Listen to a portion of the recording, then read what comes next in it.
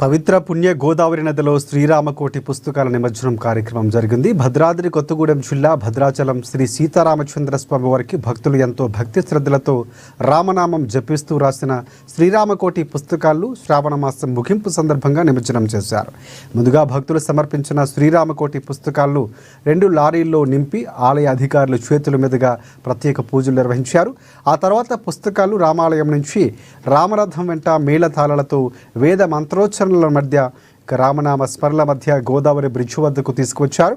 పవిత్ర గోదావరి నదీ మాతకు అర్చకులు ప్రత్యేక పూజలు నిర్వహించి గోదావరి మాతకు పసుపు కుంకుమ పూలు పండ్లు నూతన వస్త్రాలు సమర్పించారు. ఆలయ అర్చకులు అనంతరం శ్రీరామకోటి పుస్తకాలు భక్తులు అందరూ గోదావరి నదిలో నిమజ్జనం చేశారు. ఈ కార్యక్రమంలో ఆలయ అధికారులు అర్చకులు భక్తులు అధిక సంఖ్యలో పాల్గొన్నారు.